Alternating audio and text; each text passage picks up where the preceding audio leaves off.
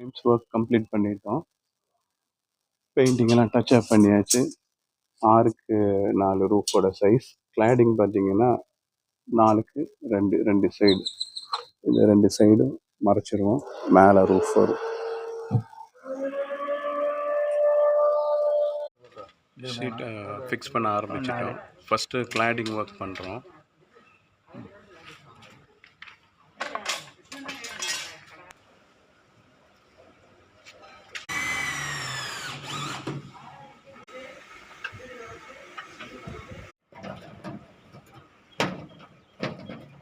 ஒரு side cladding பண்ணிட்டோம், மறு சைட் பண்ணிகிட்ருக்கோம்.